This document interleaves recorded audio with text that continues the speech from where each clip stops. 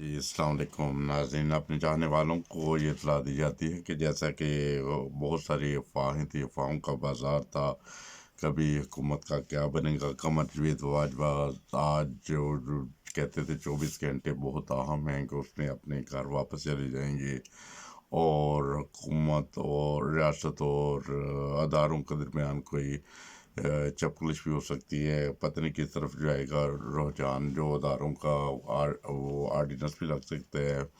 Martial law بھی لگ سکتے ہیں، بہت سی قیاسرائیاں تھی، اللہ تعالیٰ کو ساری قیاسرائیاں دور ہو گئیں آج حکومت کا ایک بڑا فیصلہ۔ اور ابھی چیف آف آرمی اسٹاف کو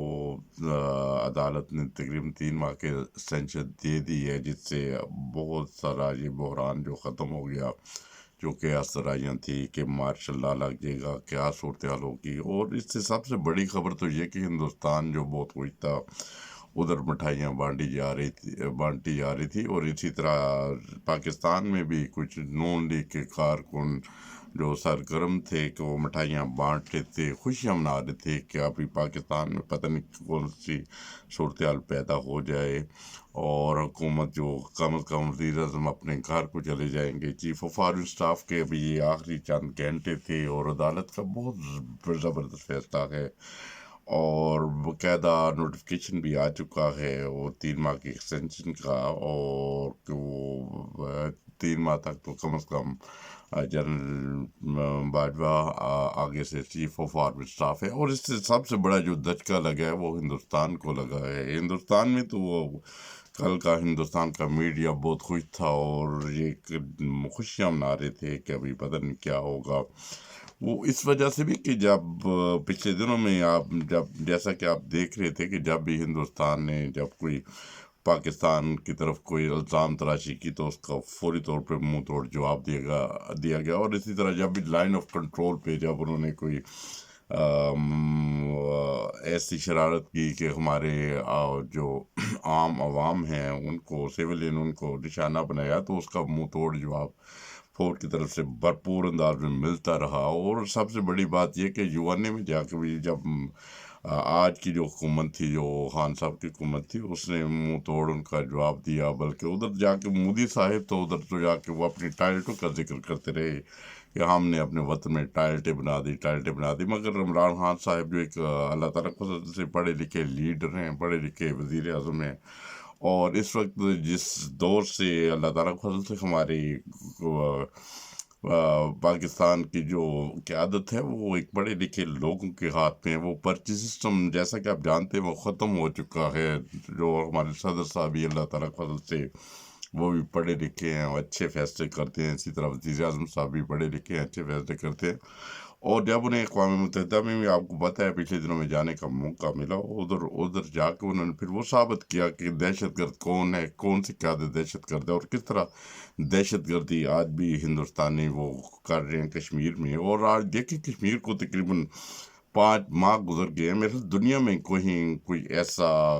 کوئی اور حکومت نہیں ہوگی جو اپنے عوامی لوگوں کے اوپر، جو اپنے ملک کے لوگوں کے اوپر، جہاں وہ کسی مذہب سے تعلق رکھتے ہیں، ان کا کس طرح کوئی قتل عام کر رہے ہوں، یا اس طرح ان کو وہ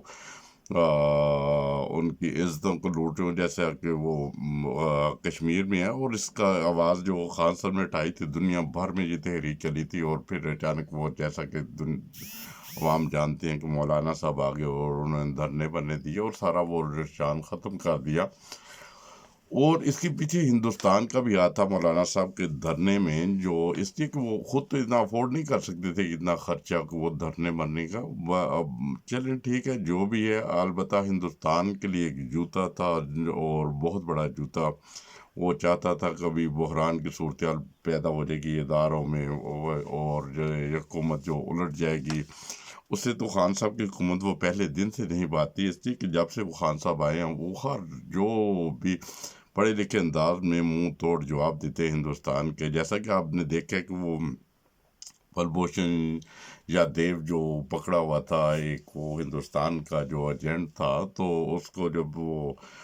جاسوس، اور اس کو پچھلی حکومت نے، نون لیگ کی حکومت نے پورے دور میں کبھی ان کے خلاف کوئی نہ زبان کھلی میاں صاحب نے، نہ کوئی بیان دیا۔ اور اسی کی دور حکومت میں، خان صاحب کی دور حکومت میں انہوں نے بار بار اس کا نام بھی لیا، بلکہ انٹرنیشنل عدالت سے اسے دہشت گرد قرار دیا، اور اس کی دہشت گردی کی وجہ سے پاکستان میں جو سکون تھا وہ حرام کیا ہوا تھا۔ وہ دہشت گردی کے وہ ادارے جو پاکستان میں ہیں ان سے دہشت گردی کروا رہے تھے بلبھوشن صاحب، کہ وہ کبھی کئی بم بلاسٹ، کبھی کئی وہ بچوں کے اسکول کے اوپر حملہ۔ اور ابھی ان کی یہ سارے جب سے یہ حکومت بدلی تھی، اللہ تعالیٰ کے فضل سے وہ بم دھماکے بھی ختم ہو گئے تھے، سکون تھا۔ اور یہ سکون جو ہے جو ہندوستان نہیں چاہتا کہ پاکستان میں کسی حالت میں بھی سکون ہو۔ اور سب سے بڑی یہی خبر ہے کہ قمر جاوید باجوہ انشاءاللہ تعالیٰ آگے سے اپنے فوجی کمان سنبھالے رکھیں گے۔ ابھی 3 ماہ کے لیے اسٹینچر ہوئی ہے، 2 بجے انشاءاللہ تعالیٰ فیصلہ آ جائے گا، پھر بھی ہم آپ سے ملیں گے اور آپ کو مزید جو خبریں ہوں گی ان کے بارے میں بتایا جائے گا۔ اور ابھی انشاءاللہ تعالیٰ پارلیمنٹ میں باقاعدہ اس کی بحث ہوگی اور اس کے لیے قانون سازی کی جائے گی، مگر ایک بہت بڑا جو افواہوں کا بازار تھا، جو اخباریں بڑھی ہوئی،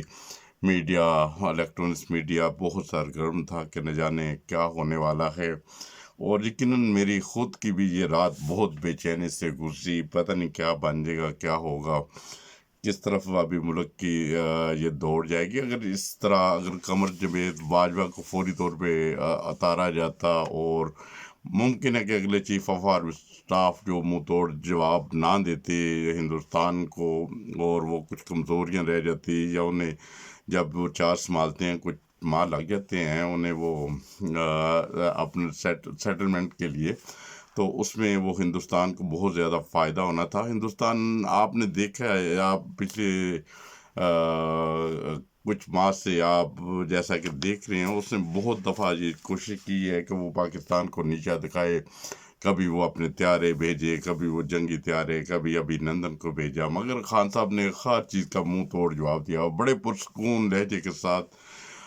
شور و غل نہیں کیا، بلکہ وہ سبھی نندن کو جو ان کا جو ایک وہ پائلٹ آیا تھا، اس کے طیارے کو ہمارے اللہ تعالیٰ خصوص بہادر جوانوں نے گرایا، پھر اس کو پکڑ کے ہندوستان کے حوالے کیا، اور دنیا بھر میں ہندوستان کا منہ کالا ہوا۔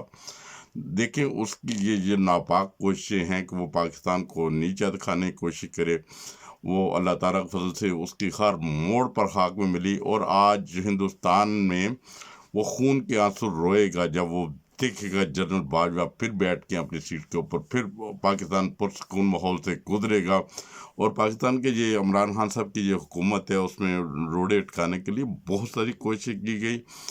بہت انتہا کی کوشش کی گئی۔ اور آج سب سے بڑی یہ چیز ہے کہ جو میاں صاحب ہیں، جو چور اور مکارم کی طرح بیماری کا بہانہ کر کے، اور کچھ ڈاکٹرز نے ان کی ہیلپ کی، اور ان کو یہی ظاہر کیا تھا کہ یہ بس مرنے کے قریب ہیں، مرنے والے ہیں،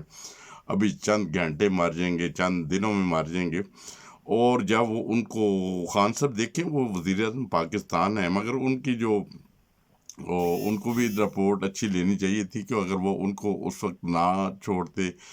آج وہ باہر نہ بیٹھتے، نہ نون لیگ والوں کی اتنی زبان ہوتی، اور نہ میڈیا کچھ حد تک بھرپور انداز میں کچھ جو پرانے حکمران ہیں ان کا ساتھ دینے کی کوشش کر رہے ہیں۔ میڈیا کے لیے بھی جوتی ہے اس میڈیا کے لیے جو میڈیا یہ ظاہر کرنا چاہتا تھا کہ ابھی ملک میں بحران پیدا ہونے والا ہے، شاید مارشل لا لگ جائے گا، یا پتہ نہیں کس طرف ملک جائے گا۔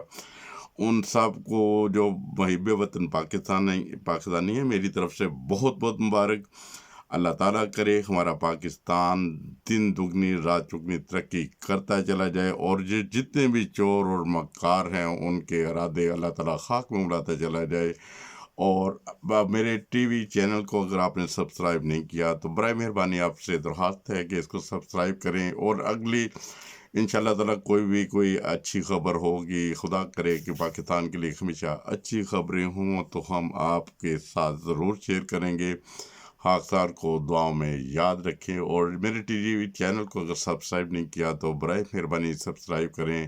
رات بھر آج تو میں بھی نہیں سو سکا، بہت بے چینی تھی کہ پتہ نہیں پاکستان کس طرف جائے گا، کیا رجحان ہوگا۔ آخر میں ہم سب ایک نعرہ بھی لگا لیں کہ پاکستان زندہ باد، جیوے جیوے پاکستان۔ السلام علیکم ورحمۃ اللہ وبرکاتہ۔